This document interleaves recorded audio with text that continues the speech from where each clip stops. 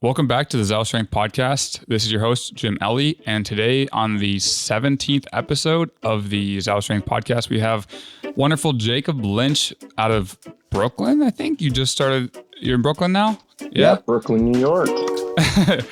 This episode is going to be packed full of some things that I haven't talked about too much outside of the lifting world, while making sure it still is related to lifting, because most people, when they get into powerlifting, find a community of people that they enjoy. You know, whether for me, it was my college powerlifting organization that got me into the sport, which I really quickly found out I just wanted to do my own thing.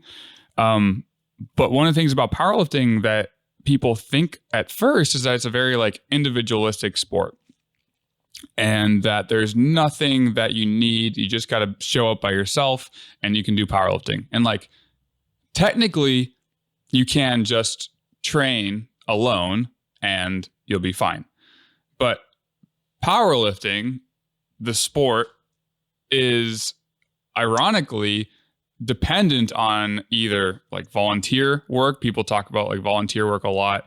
People talk about, you got to show support for the powerlifting community, but it's dependent on a lot of people, putting a lot of energy into doing something that they love, to provide a platform for other people to show up and compete. And so in a lot of ways, powerlifting isn't in isolation of a political place.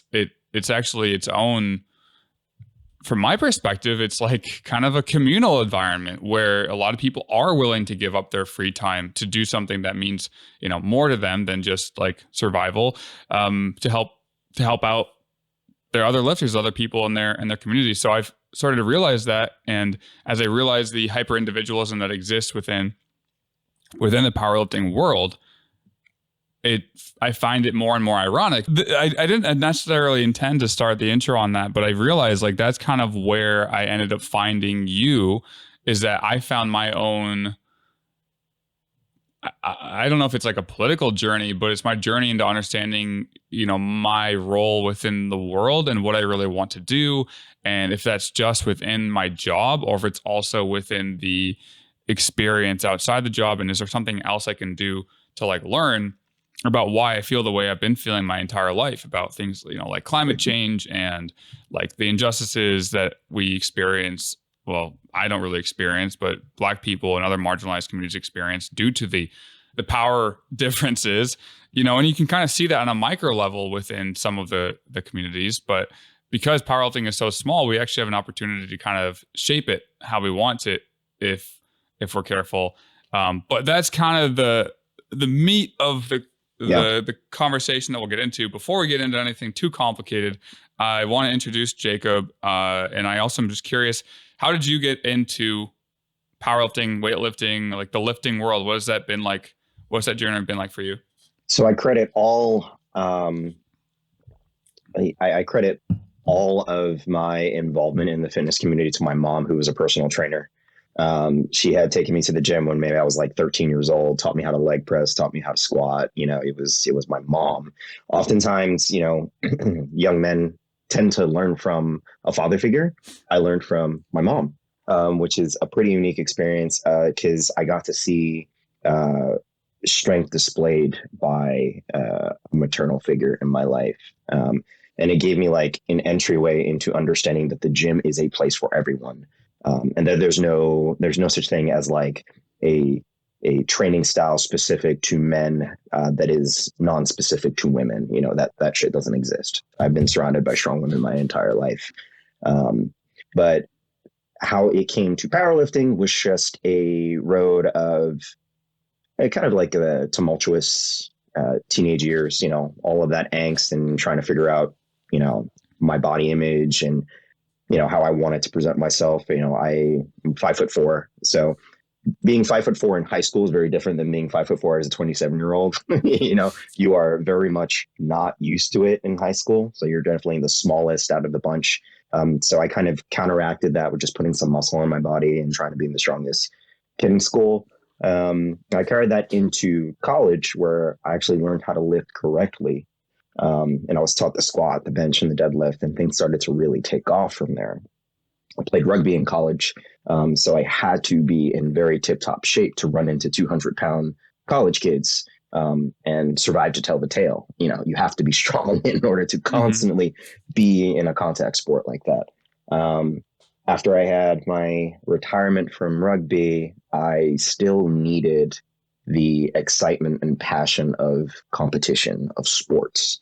I'm deeply ingrained in it. I was playing baseball at 4 years old, and I had always been in the sport. So leaving college, coming back to New York, I was kind of like, okay, what am I going to do? Right. I like the gym. It's easy to go to, you know, it's really simple: squat, bench, deadlift. Let's find a powerlifting meet. Let's do that. Yeah. So I did a couple, and I was kind of like, hey, I'm pretty all right at this. Let me go ahead and do it. Went to nationals, USAPL Raw Nationals in 2018. I made nationals at my first powerlifting meet, so that was a pretty cool goal. And yeah, I've been kind of keeping up with it. Most recently got into weightlifting, which is completely different discipline. So I'm about a year and a half a weightlifter. So I kind of medal in both, and I'm coaching both. So they both have a very special place in my heart. So that's the very, very long story made super short as possible. You know, there's a lot I want to dive into even a little bit on there. Like, I think the big thing that I stood out to me was that I guess the gym is for everyone.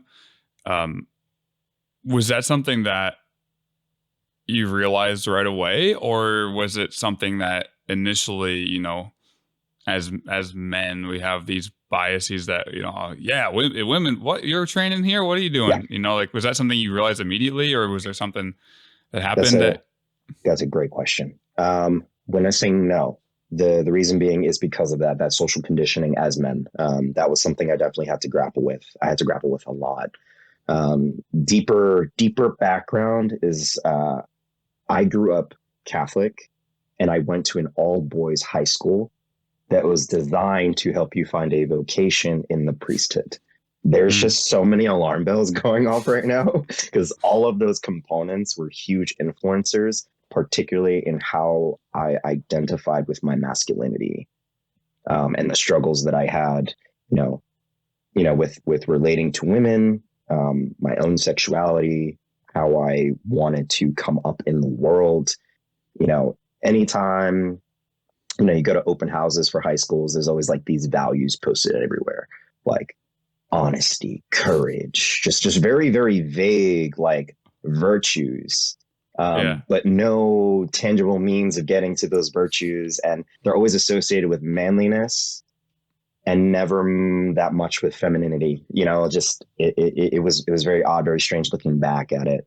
So no, I didn't have a full embracing of that idea that the gym was for everybody. I just understood it theoretically. Like, I want to believe this is true, but the way I'm conditioned has me behaving in a very different way. Like, in high school, there was a very clear delineation between the nerd and the jock, right? Mm-hmm. But I often felt myself gravitating to friends in either group. Like, I could keep up with the athletes, but I also wanted to play chess and play with Yu-Gi-Oh cards and ping pong with all my nerd friends. What's beautiful about powerlifting is that both coexist in the same unit. There are so many nerds in powerlifting, and they're super damn strong. I got a Jurassic Park poster, Star Wars poster, and all this shit in my room, but I'm going to the gym to deadlift 600 pounds. It's a great feeling, because now, you know, over time I was able to mature. You know, there's always growth, but, you know, you kind of allow things to change around you. You allow the environment to change you. And the more exposure that I had, and also remembering that I learned how to lift from my mother. My mother could kick my butt, you know, like, women are badass and they can be strong. And, you know, there is no like, oh, they're biologically weaker, they're men. It's just like, no, men have been kind of holding them back all these years. So they're starting at a different point than we did. You know, that's a factor in this. So now at 27, and having seen so many amazing things done by all different types of athletes, of multiple backgrounds. It just has me thinking like, I love competition, but it doesn't, my love and passion is not love and passion if it comes at the expense of someone else enjoying what I'm enjoying. Does that make sense? Right? It should never be at their expense. The platform is really, truly for everybody. Because at the end of the day, I will compete with anyone. It's fine. And I'd be happy if they beat me. There's always going to be someone better than me. You know, that's just the nature. That's just the nature of this thing. You got to enjoy it while you have it. One of the things I find is really fun about powerlifting is that, like, you know, there are going to be some people that debate, hey, are you really a powerlifter if you haven't competed yet? And I don't really think that's a really important conversation necessarily, but what I remember, or like, one of the things that I've always had a tough time with is competing in general. Like not that I can't show up and compete and perform. That's not something I have a difficult time doing. I'm not like the greatest at it, but like I really thrive off of that external environment. Mm-hmm. But there seems to be like this assumption that you shouldn't take it that seriously if you're not competing. And that there's no reason to take it that seriously if you're not competing. And like, what does seriously mean? Obviously that changes depending on the lifter. And that's kind of how my own coaching has evolved, because I work with people who take it seriously, and most of them have aspirations to compete, but it's not like they don't ever tell me I want to be the best in the world. I mean, they have in the past. Currently, they just want to be as strong as they can.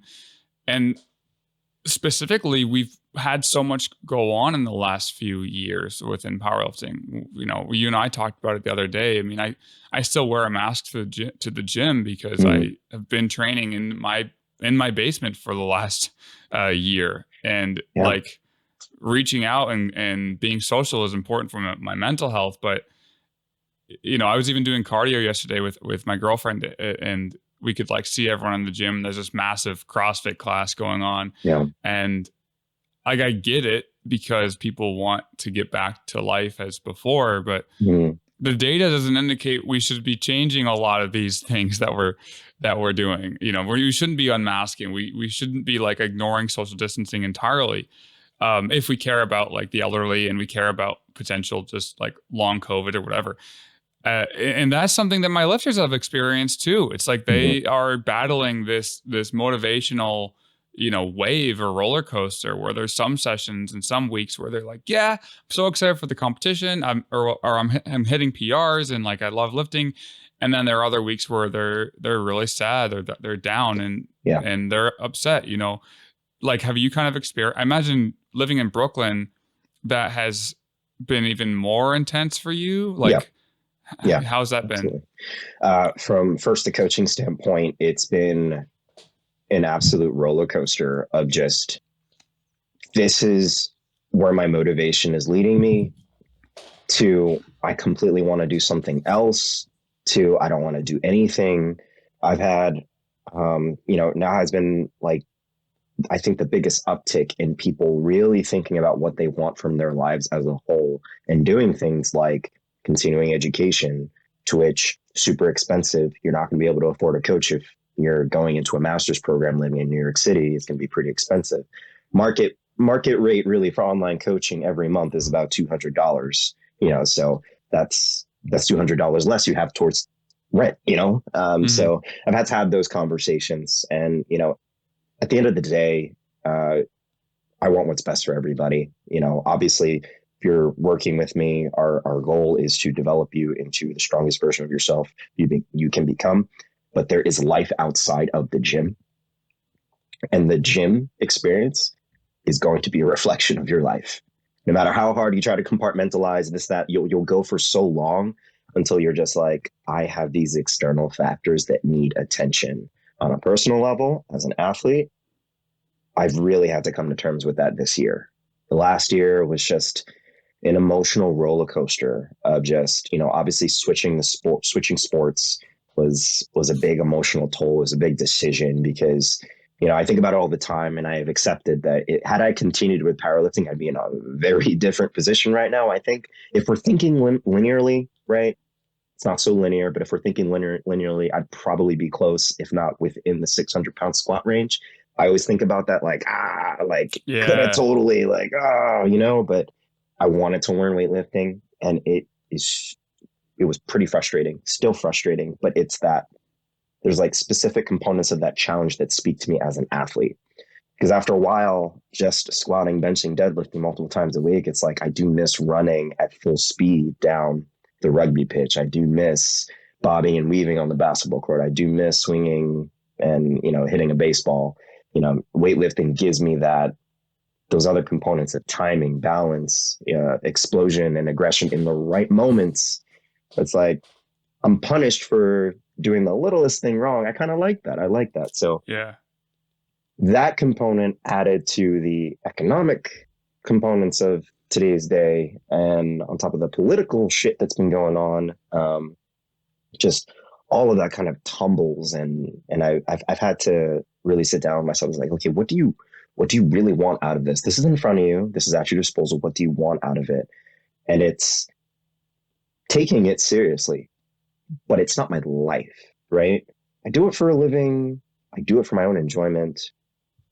But if it was all taken away, would I still have an identity? And I think that's kind of where I draw the line, right? These are components of our identities, but this is not what we live for. And I've had to have that conversation with myself all the time. If you're not doing this, what would you be doing? To be honest, I'd be putting a lot of effort into learning music. I have a guitar that I haven't learned how to properly play. I'd probably do more of that. I'd probably do more reading. I'd probably be a runner. Who knows, right? Mm-hmm. But I chose this, and it makes me happy. It first needs to make me happy before I can see progress, right? I understand that competition makes people happy. I understand that making progress itself makes people happy. But the first step has to be that you are enjoying the process and the journey, because you will walk further than the destination if you embrace the process. So I like that. Yeah, I really had to sit down with myself and think about that. Turning 27 this year, last week, I was just like, what do you want? What do you really want? What are you willing to work for? What can you sacrifice? What can't you sacrifice? And to be fair, I will not sacrifice anything that I'm doing in regards to school. So if I have to cut my training sessions short, I will do that. There was a time where I wasn't doing that. I was putting so much time into sports and training that my grades were falling behind. I wasn't getting proper sleep. I would get to the gym after work at like 10 and be in there until 1:30, 2 o'clock in the morning, because I need to get every set done. But I wasn't communicating with my coach and saying, hey, this is a lot. I'm doing this 4 times a week. But I needed a mindset shift, and I needed to have a little bit more self-love, because that just speaks to how I'm willing to treat myself. If you don't finish this, you're a bitch. It's just like, no, it's so much deeper than that. And we're so much more dynamic. And yes, we're adaptable, but there's a difference between being adaptable and breaking yourself down. Lots of different conversations within that as well. But yeah, that's I was going to say, like there's even this idea of what do you want to do, or what are you willing to sacrifice? It speaks to me a lot, because I went to university and my intention was to become an engineer. But I also wasn't ready to be an engineer. I wasn't ready for the courses I was taking. They were too advanced. And I decided to take on this opportunity of doing the honors engineering program, because, my dad thinks this is cool. I think highly of myself, and I have gotten away with it in college, in high school. But I've never actually been someone that just can grind out homework and just grind through complicated, calculus equations, and then also combine that with working out and combine it with social life. And I've always, growing up, I always was like, how do people do all these things? In my school was very wealthy neighborhood, and the kids that I didn't really hang out with, but that I went to school with, they were excellent at piano, and they could do all of the advanced courses, and they had planned friend hangouts. They'd have planned interactions with their friends. And I would alternatively, I would study all day during the weeks to like just to get my grades so that they're acceptable. I mean, I got good grades in high school, but it was a lot of effort as a high school kid, not in sports, not having a lot of friends, just to do that. Right. And then when college came around, it's like, boom, you got friends, you got food, you got parties, you got social life, and if you screw up in one semester, you're gonna have to work your way back. You know, all the way back. Money to pay back. Yeah. But I was like, and I've always been so financially not competent, but aware. Like I'm, you know, it's like one of my anxieties is like debt. And so my thought was never, oh, well, I'll just make up for this. So basically what happened was I did not do well my first semester. I ended up getting like a 1.5 GPA with like an 18 credit hours on it. So after that happened, and also, by the way, every engineering like student is like, just, you can do it. I know it's hard. Engineering's hard. Just try again. It's like, no one ever really asked me the questions that I thought were important, because I think the assumption is just like, well, you're going to have to prioritize your time. And, you know, maybe if you, but it's like, I was taking honors calculus, honors physics, honors engineering, and then like a few other basic courses. I forgot what they were. But those individual classes on their own are really difficult. And I was doing them all in the same semester, and I shouldn't have been there. So anyway, I didn't feel like I had a lot of options. So I dropped out of engineering school and I pursued a business degree, which is like half of the work, maybe a third of the work.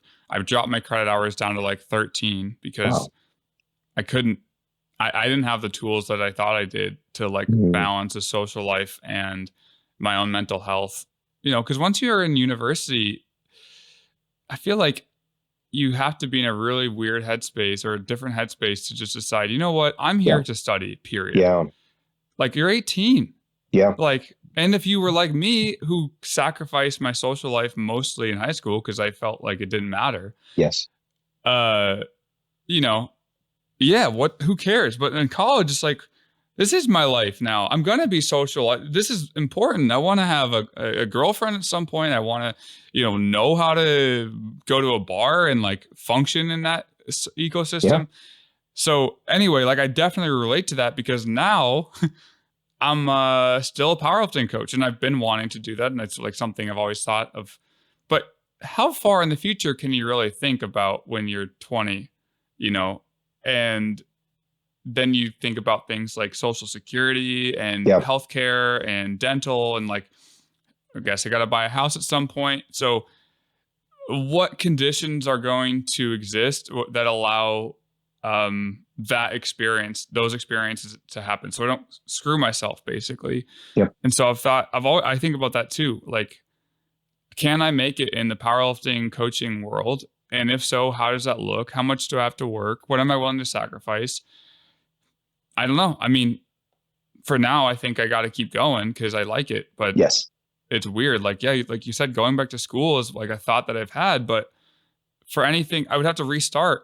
And it would be another 20K, in debt or maybe more, depending on the school. And no money because I wouldn't be able to sustain coaching at the level that I am now if I start up again. You know what I mean? So I'm not having an existential crisis, but I do. I mean, not for that. Yeah, because I like it, but there's some expectations that are put on you too, like as like a person. You got to figure out how to do all these things on your own, and you're like, absolutely. Have you missed your ability to? Yeah, I can't tell you how many times I've experienced burnout as an athlete, but as a coach, it is an undervalued topic. And at least within my context, I am doing everything under the sun. And I could just tell you my day-to-day from Monday to Friday. It's wake up, eat my oats, get my coffee, go train, try to be done in an hour 45, come back, shower, go to work. I work at Starbucks, do that 3 to 8:30, come back to Brooklyn because I work in Queens, try to get whatever homework I can do. On certain days, I'll wake up a little earlier, do the same thing, but leave a little bit of pocket of time so I could do my homework at Starbucks before I start my shift. That's my Monday through Friday.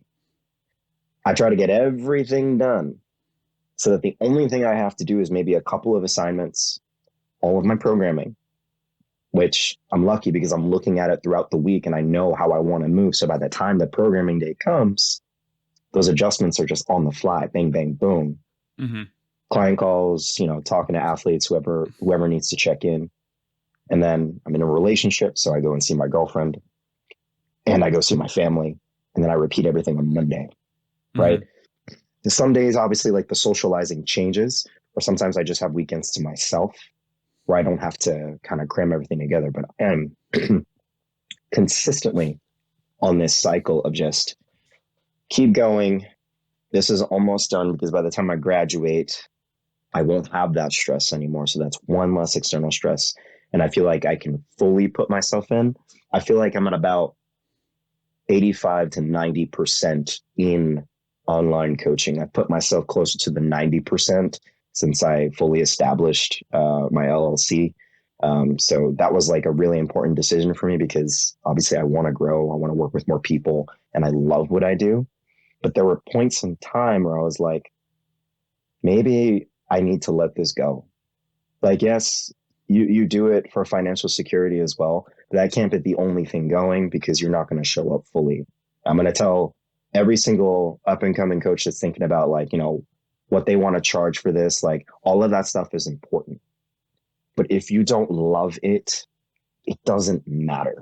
Right. So there was a point where I sat down with myself is like, do you love doing this? Do you love the moments when you get on the platform and you get to see your athletes shine? Do you love the process of helping them understand that they are more capable than the one moment where they fall short? Do you love the process of building out a program? Do you love the honesty and the connection between people? Do you love that? And the answer is yes, I very much love that. Now it's just a matter of how can I ensure that I am setting out the proper time and time management. What kind of self-talk can I design for myself? What kind of distractions can I eliminate from my life? Right? For the amount of time that I spend scrolling through Instagram, that can be an idea for a post, or that can be a check-in with an athlete. That can be an idea going into their programming. And there's like a fine line between that and like the capitalist mindset of just like there's always more work you can do. Get Yeah, off your yeah. lazy ass. Like, no, one is talking about passion, about what you love, which automatically drives the rest of everything that's in those dumb like motivational books. Mm-hmm. Right. It was just a matter of like, okay, answer the first question of why. Right? Why the hell are you doing this in the first place? And then it all kind of falls under like I'm doing the degree because honestly, as much as the value of a college degree is depreciating, it still carries more than a high school diploma. Like that's just the reality. I can't go my whole life. Maybe I can, but certainly not in New York. It's certainly not in New York. Yeah. And the opportunities are shrinking in other cities. It would just be a matter of get your license, buy property somewhere when you have enough capital and live out there because every city is turning out to be the same. Austin used to be affordable and everybody moved down there. It's no longer affordable. It's just, it's a crazy game. But, to get back to the central point of that, it's just a lot of balancing, but it's, I have to tell myself that I can do it and that there will be a time where there is one less thing to worry about. So yeah.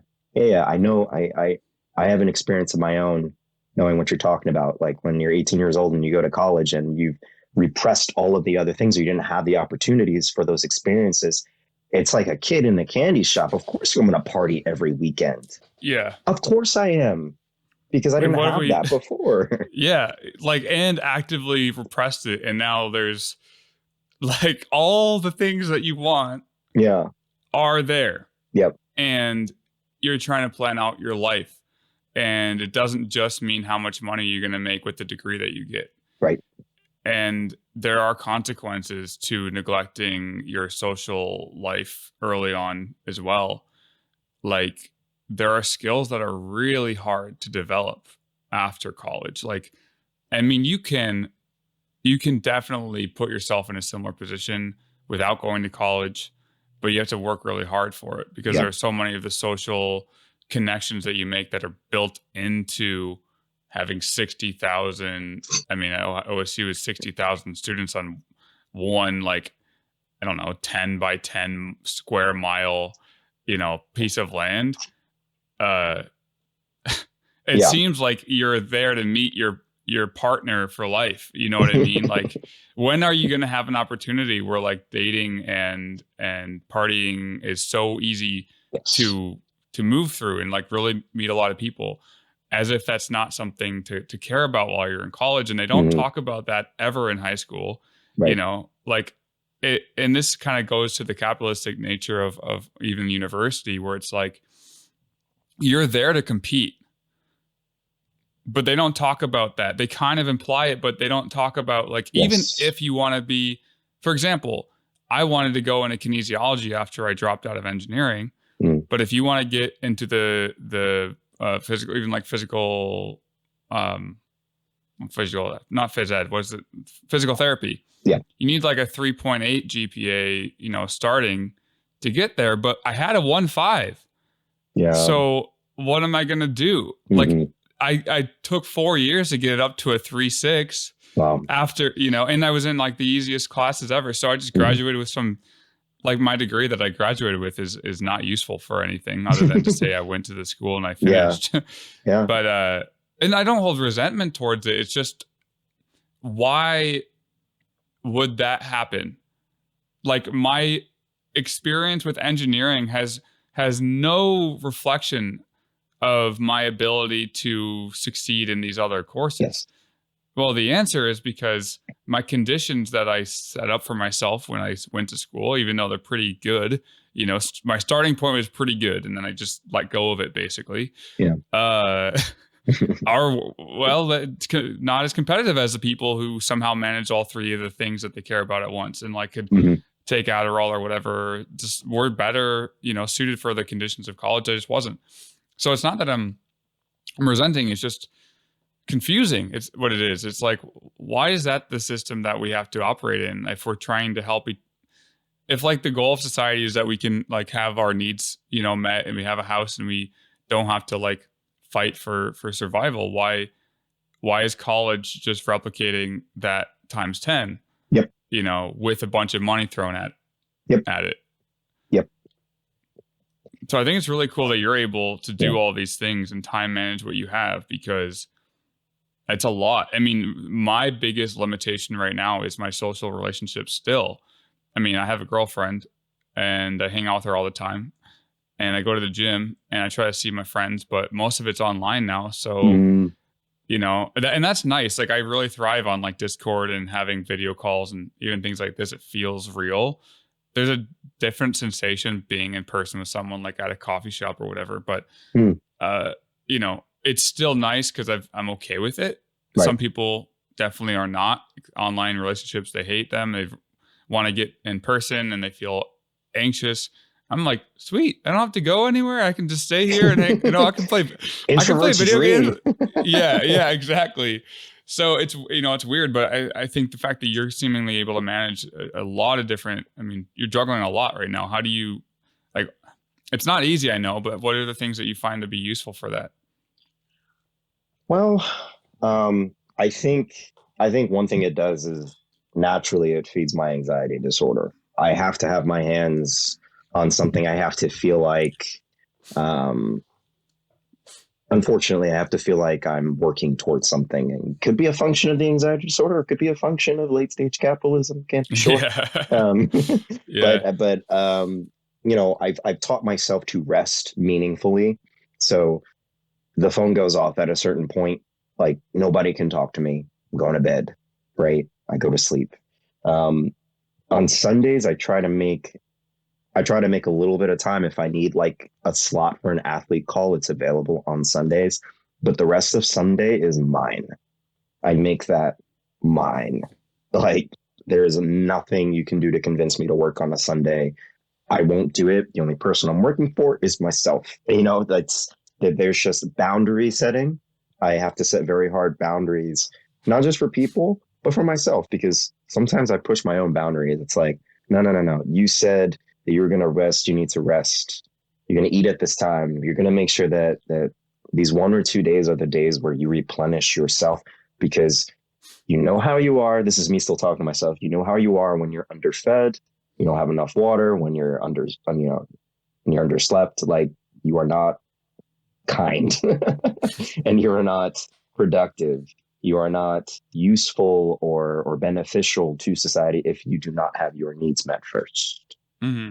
Write that down, guys. Yeah. Yeah, have your needs met first, so I set those boundaries with myself. But all in all, it's fine. I work with a therapist as well, and I talk about the pressures of doing all this, and I feel like I have to, because these are the school stuff is unfinished business. Like, I really effed up the first time I went to school. I went to a private school that was like $45,000 a year.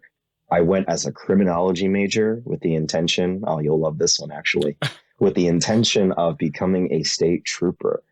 Oh my God. Okay, let's Yeah. dive into that, man. How did you that? Want to unpack that? I do. I'm so curious. Like, at what point? At what point did you know you fucked up? Let's move on to the next topic about like weightlifting right now. Yeah.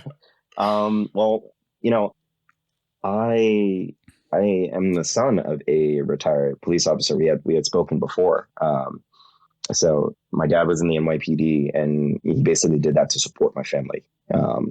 So I forget what year he did it. He was about 21 years old when he joined the force, I believe. It was the first city.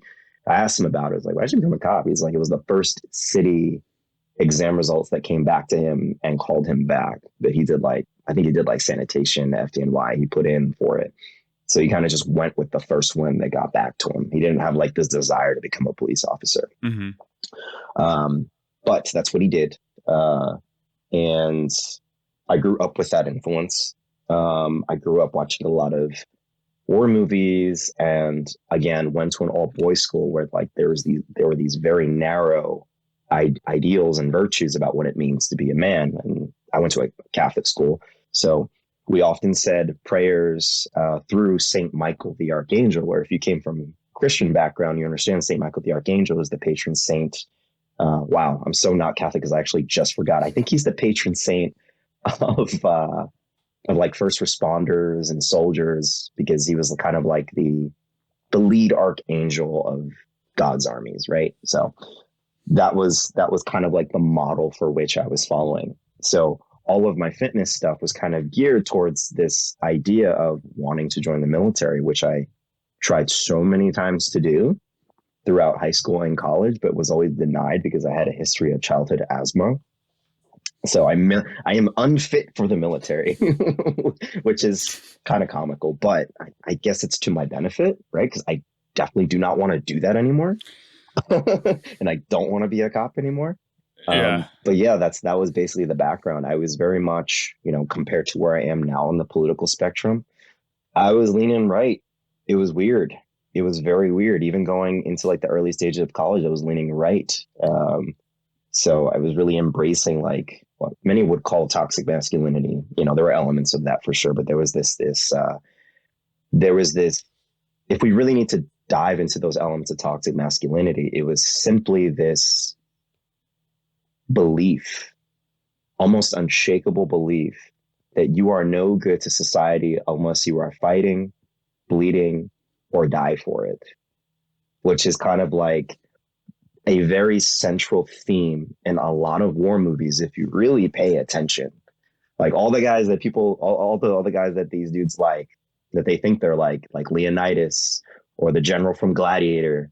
Yeah, I still watch these movies, but just with a completely different lens. They wanted so much. I wanted so much to be like those guys, even though none of them looked like me. You think about it, it's actually the white male portrayal of being next to a god. And I found representation in that early on. It's a very strange psychological thing going on with me, that a lot of people, throughout my growth talk to me about. And they were like, you know, the military is an industrial complex, right? You know, Yeah. cops don't protect people, right? You know, Well, so and they make you think that you're going to war to fight the enemy, but it's yes, like, yes, who, yes, you yeah, know, hmm like specifically, and then like, why do right, we have all these bases everywhere? Like, and yep, why are they not, there's so much to that yep, where you aren't aware of that when you're younger though. yep, And why would you? Like, we live yeah, on in America, it's safe here. Obviously yep, we're fighting the enemy, that they're everywhere, like, of course. yep, And yeah, then the police thing makes sense too, like, yeah, fight crime, like, but it's not asking why is the crime happening, where is it coming from, what are the conditions that make someone want to rob a store, and you yeah, and know how is my role as a police officer going to affect any of that? It right, like, aggravates what, it. It doesn't help. yeah, It what are you gonna aggravates it. like stand at all these places waiting for it? Yeah, Got right. him. Like, guys, I stopped it, I'm gonna get my thank medal from you. the mayor now. Yeah. Yeah, it's hard because I don't know, man. I mean, I I don't think I get to like, it's weird being white and like a communist, Mm, because there's not a lot of white people that you see that are like aware of these things that don't affect them. hmm If Trump was reelected, for example, it wouldn't change my current conditions in any way. However, I'm incredibly aware of how it matters that my friends and my colleagues and other people that aren't me are well off, because I am well off and it feels good. But it doesn't feel that good when no one else is, and you're just kind of like looking at everyone and they're having a tough time. And like, I tell this in my stream all the time. It's like, I wish that the government acted as my parents do for me. mm, They protect me. They help provide. I have a somewhat of a safety net if I need it. I live at home right now. I don't have to pay. I don't have to pay for rent right now. Like, yeah, I'm yeah, yeah. very happy for that. But there was a time in which, and then there are places in which that is a thing that the government provides for you. So hmm you're not sitting and existing in like constant existential dread. And then the only out is the military, or, Hey trying kid, to you fight. you want to go to college? Yeah.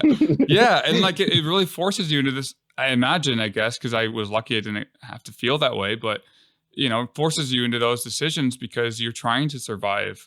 Yeah. I mean, I don't know if you felt that you were trying to survive. hmm Maybe. Did you? Is that one of the Which is things? why I have a lot of empathy for, Yeah. like, I feel like there's this, first of all, let me just say, there's this bad association with like being um anti-capitalist and anti-military industrial complex and hating people who serve in the military. Like, hold on. First off, they are lower income people like me doing what they need to do to survive. It doesn't justify the things that they might have to do or are trained to do. Yes, you can argue that they still have autonomy to even make that decision, but do they? Mm-hmm. They say go to college Especially in the instead. Right. military. Right. Yeah, exactly. Especially in the military. Whereas the alternative is have two full-time jobs and a side gig, barely make it, and have a ton of debt on the side. What do you think is the better bargain? Mm-hmm. Like, I understand it. I don't like it, but I'm angry at the wrong people. Mm-hmm. I'm angry Yeah. at the wrong people. It's like, there's a podcast I love to listen to, the Rev Left podcast, I love that podcast. sometimes. Yeah. It makes me feel heard, even though I'm not talking. It's like, oh wow, someone has a thought that I have, and they're cool. But one of the things that they say is like, it's not about death to Bezos. Like, that wouldn't change the system. He'd just not be here. The people that are succeeding in the system that is designed to, encourage. And it's like, I don't know if Mike had these thoughts. I don't really know what he thinks about politically. He never really brought it up too much, but he would always say systems drive behavior. Mm-hmm. And he would say that in the context of lifting, but in the context of an economic system, if within the training system, if you have a system that encourages, Like if you are to maximally succeed, if the system is driving competition and you want to win, what are the conditions that you need to be in to win? Well, in capitalism, you own as much capital and you have as much capital as possible. Yep. You leverage that capital to create as much wealth as you possibly can. You minimize the cost of production by whatever means you can. So now we can send a lot of labor overseas, or we can just not pay the people within the U.S. A livable wage, and then like organize them to such a tight manner. Like they're doing everything the playbook is telling them to do, and they're killing it because that's what it's telling them. So like, what are we going to regulate that? Like how do you fluff it up with benefits so people can forget that they're underpaid? Yeah. Right. But then also they're also paying for the benefits. So it's like, and if they quit, those benefits go. They have no incentive to leave because they're not protected to leave. So they either develop a Stockholm syndrome attachment to their employer. Wow. Or did you not think about that yet? No, I have, like, on paper, but also, wow. I'm going to call Starbucks, actually. Yeah. No, but that's the thing. Like Amazon in Staten Island just unionized like yesterday. And also the Starbucks Reserve in New York just got a union vote. So it's like, are you pumped about that? I am for them, but I just, the words from my manager when we had a talk about it, he was a very good listener. Was like, it's eventually going to come to us. I was like, well, that's not how it works. We still kind of have to vote, so like that's the thing that's really upsetting. It's like, oh, it's eventually going to come here. It's like, no, you have to participate in this. And that's like, it's called a union for a reason, because there's collective action. It's not just this wave.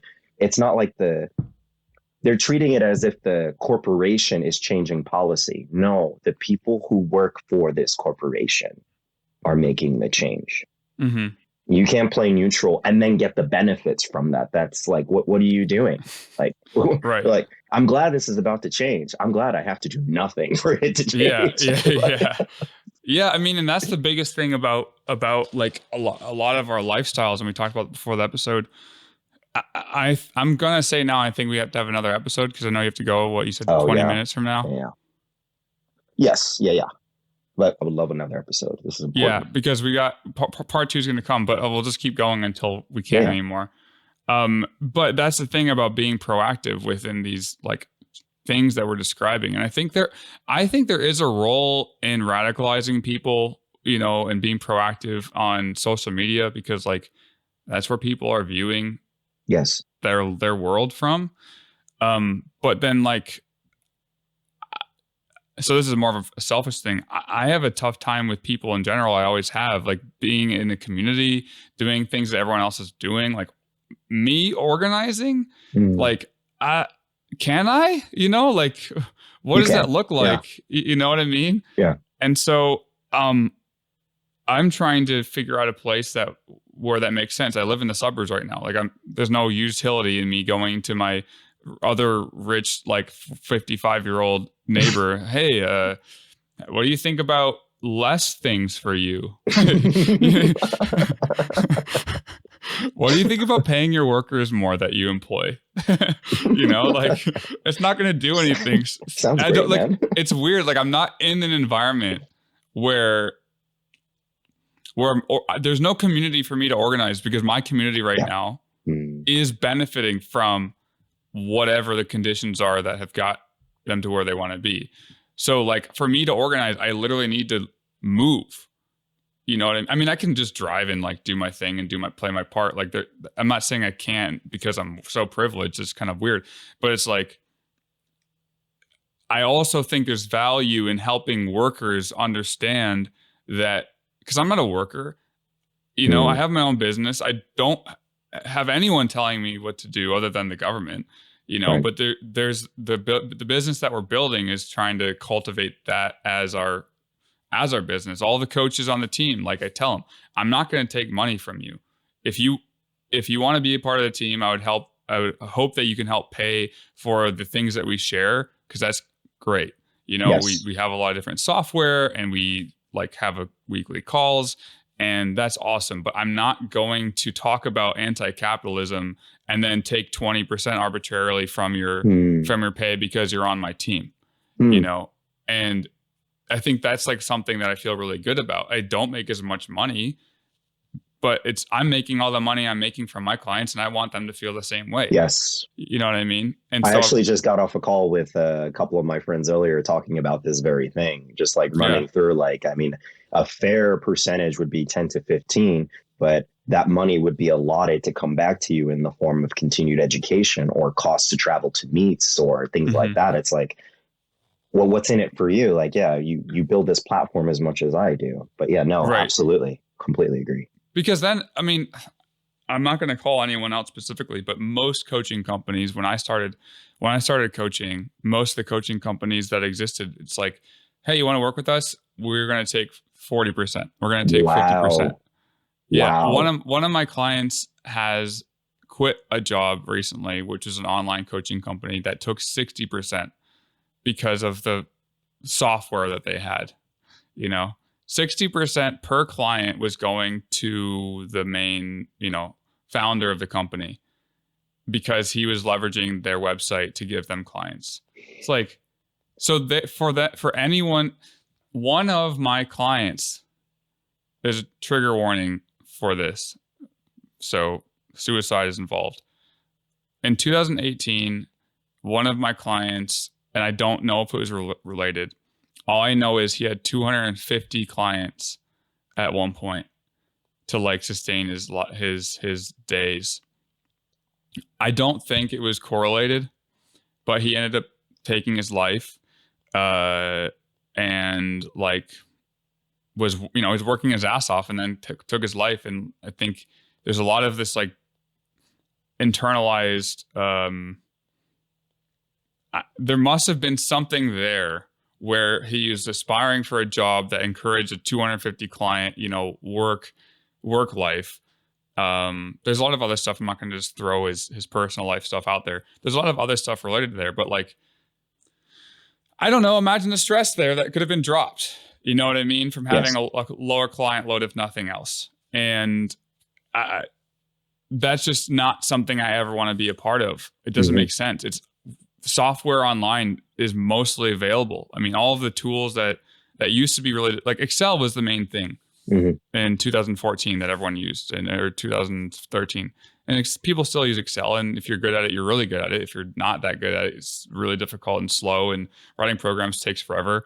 But there are many different softwares now that allow you to speed up the workflow. So the only benefit you can really provide as like an organization is helping the coaches get better, and then maybe providing clients if you're big enough. But like, if you're a small company, and even then, who cares? Like, do you want your coaches to be loving their life? Like, because if they're not, you got them client, good job. Now I'll take 50 of that. It's like, so what? You know, I mean, that's one of my favorite. That, don't give him the client. Take the client. The logic. Exactly.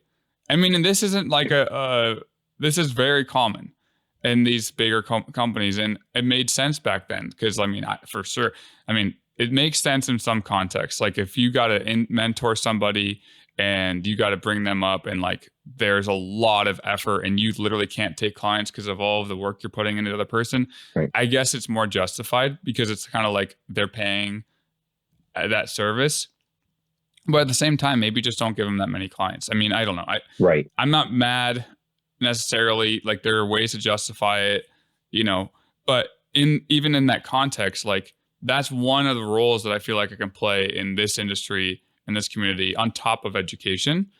But to a degree that it's difficult to do that, because anytime you talk about anti-capitalism on social media, you're going to lose followers. You're going to lose, you know, well, why are you charging this much if you don't like capitalism? It's like, because capitalism created the conditions that require me to charge this much. I don't know.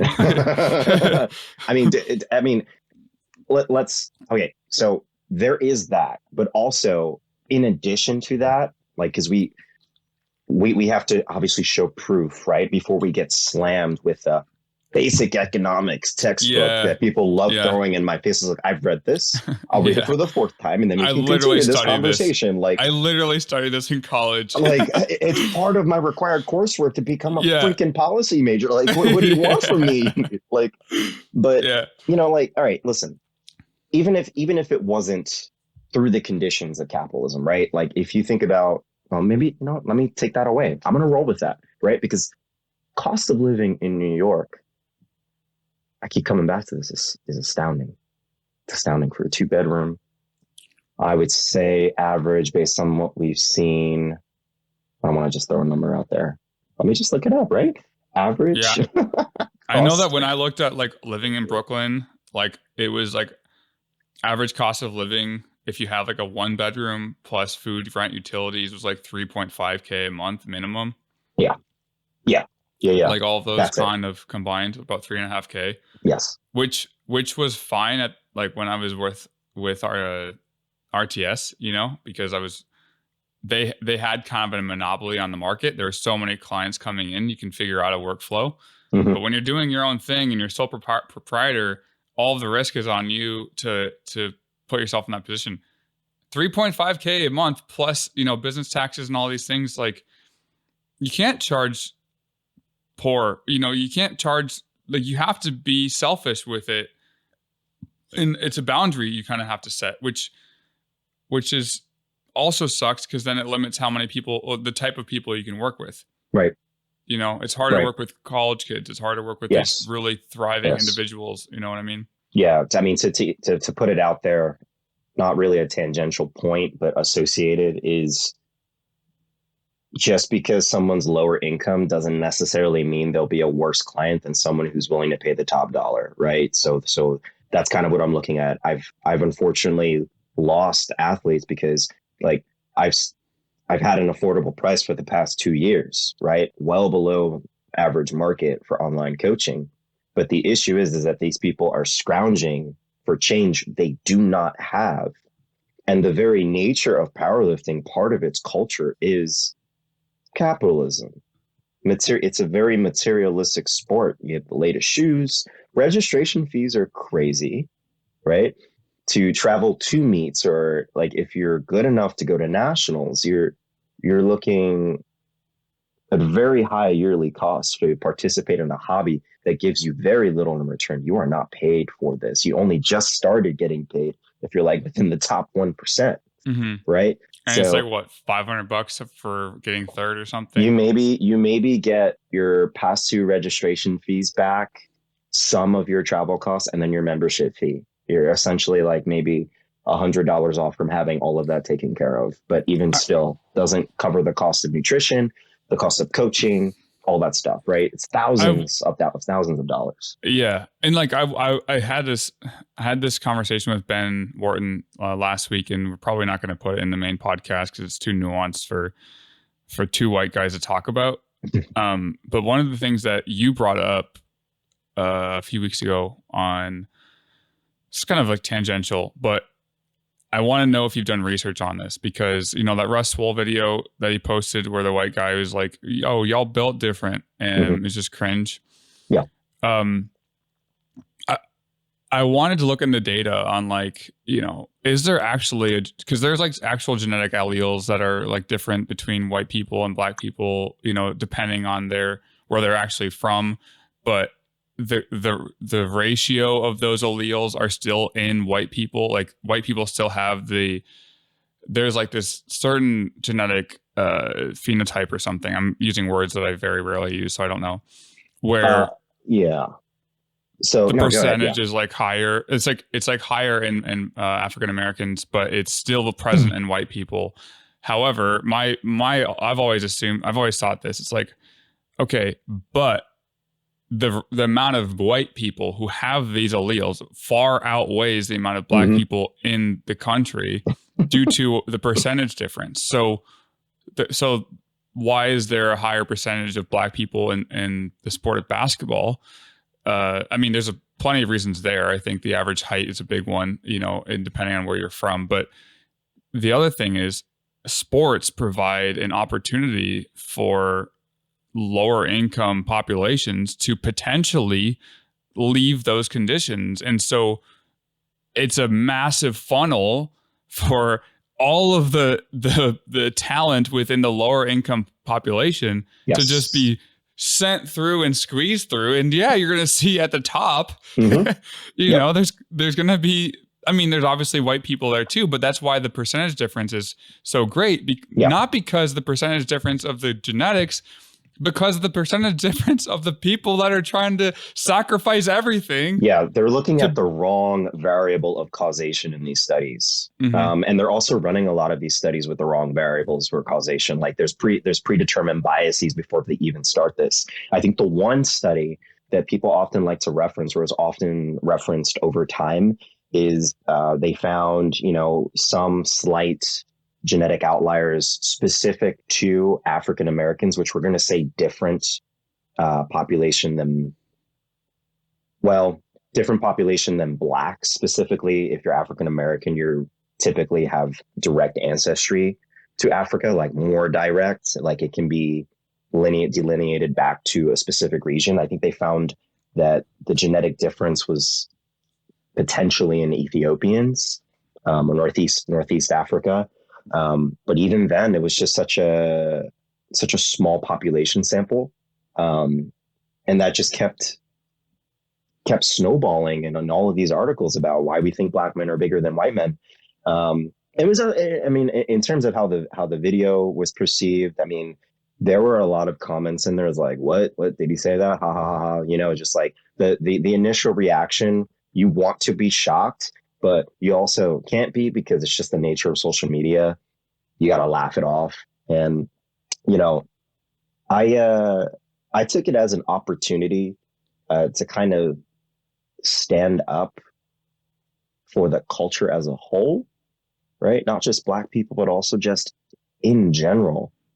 I think so much of that stuff is just swept under the rug. It's just like, oh yeah, you know, this is just the trickle down effect of America. Of course, it's going to permeate sports, but given the youthfulness of powerlifting, and how much room it has left to grow, I can't think of a better time to actively point out these issues, right?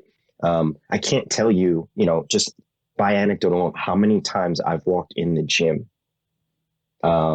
and started conversations, jumped really high on the basketball court when playing with a bunch of white dudes, or have done something that isn't even that impressive, right? I'm not an amazing athlete. I've just been in sports my whole life, and I don't attribute any of my athletic conditions to being Black. There's layers to it, right? Not just because I have melanin, but you know, like it's just some of those people in that video were like in their early 20s. And I'm like, dang, you expect this from people in their 50s. And they're in college. Yeah. They're all in college. It's like, it's just disappointing to say that first. It's just disappointing that we still need to have these conversations, but we still need to have these conversations, you know? Yeah. I'm going to have these conversations. And I just want to remind people, assuming that we're streaming on Twitch, that anytime a person in a marginalized group takes the time out to explain something to you, they do not have to. And you should appreciate the fact that you're receiving an education. Because I'm going to tell you right now, you know, like I am not pro violence or pro aggression or anything of that nature. But like the way Russ conducted himself in that video was wonderful. Like he just completely brushed it off. You know, he had the camera rolling and stuff, but like, you have every right to be angry about that. You have every right to be frustrated about that, you know, because it goes beyond that specific moment. It's literally a lifestyle for me, right? I have to consider so many other things when thinking about moving outside of New York City, right? That there's just so many layers to this thing. And we all want to be able to go into the gym and to feel good in our bodies, to feel good about ourselves. And that is one of many limiting factors, one of many obstacles that I have to consider. When I walk into a powerlifting gym or weightlifting gym, I need to look for the first Black person in the room. I have to. I want to know that I feel safe. Women probably do the same thing. They want to know how many women are in the gym, what time of day to go, what time of day not to go. Like, I need to go in and see that my people are there, because at least as a collective, we can face these issues, and I'm not left to deal with it by myself. Right. You know, so that's just my 2 cents on the matter. Yeah, like there's obviously like the scientific elements of it and how to interpret data.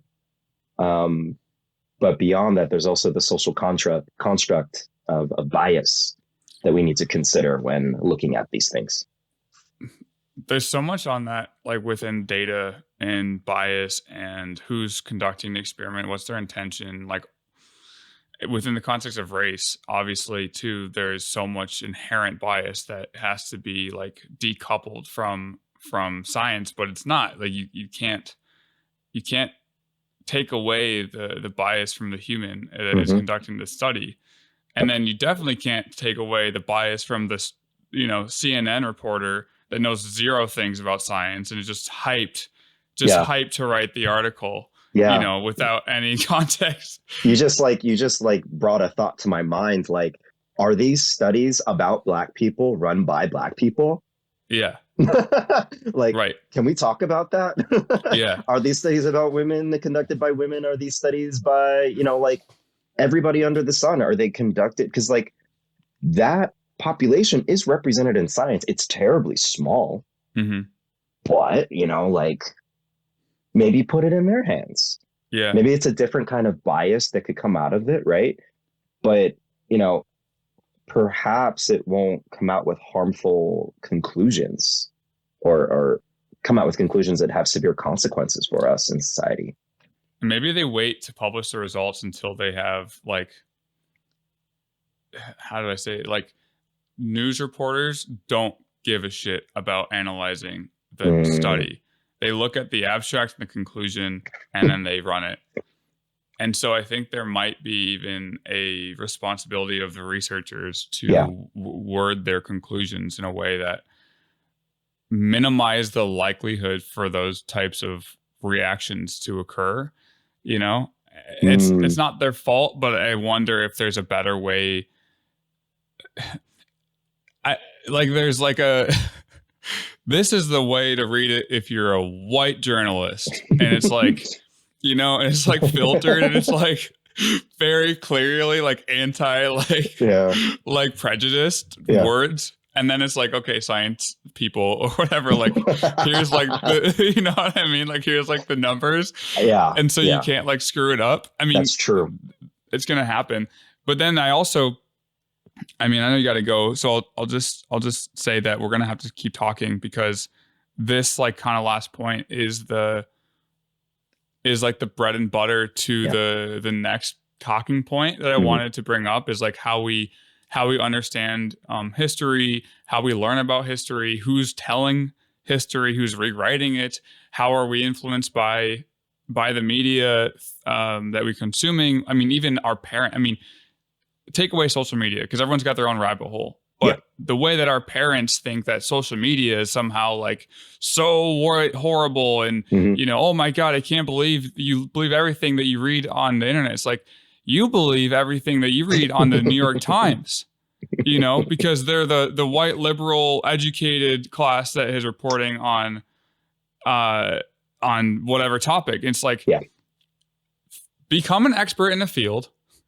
Then read an article written by any of those publications about the thing that you are for sure an expert in. It's wrong. Every time. But we listen to them on things we know nothing about because they do a good job of writing it out. Yes. And I sound like a conspiracy theorist probably, but it's like, you know what I mean? It's not unbiased information just because the person went to Penn. Yeah. It's almost more biased because they went to Penn. The power of Penn typed. Wait, someone just typed the power of Penn type deal? It's hilarious. Oh wait, is you talking about like Penn, like the fucking pen? That's crazy. I think the power of the pen, probably. Yeah. Power of the pen. Yeah, the pen holder. Yeah, exactly. And so it's like, even within this leftist thing, it's like a lot of people are very about Karl Marx and he's obviously important in the world of socialism and communism. Mm-hmm. But there are people that need way more hype within more relevant revolutions that are Black. Yeah. For example, and like the Black Panthers are like huge within the industry that, or not within the industry, but they need more of a voice. But there's been such an effort on the side of the media to make it seem like they're all the same. It's just a different version of fascism. We're only now getting articles about how they really were. And yes, the first thing people like to look at is that Huey P. Newton had a drug addiction issue. He had a severe drug addiction issue. He was a human being. You're going to find something wrong with everybody. There's, and then there's the narrative of like, they went out and hunted police, and there were some members that defected and operated as Black Panthers and did perform hits on police. But the majority of police clashes were either provoked by the police at the time or were retaliatory measures that kept them out of the neighborhoods and out of, their system of essentially feeding and growing their community.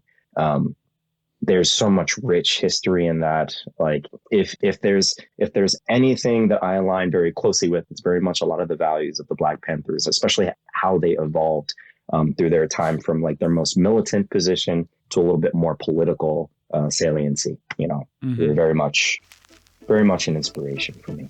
Oh. Yeah. Well, I guess we'll have to schedule another episode here because this is fun. Cool. Appreciate you being on. Guys on Twitch, thanks for listening. People on Spotify, they're listening to this late. I won't tell you what day we recorded this because it'll surprise you how long it takes me to edit these. Cool. All right. We'll see you in the next and part 2 at some point. Yes, sir. I appreciate you.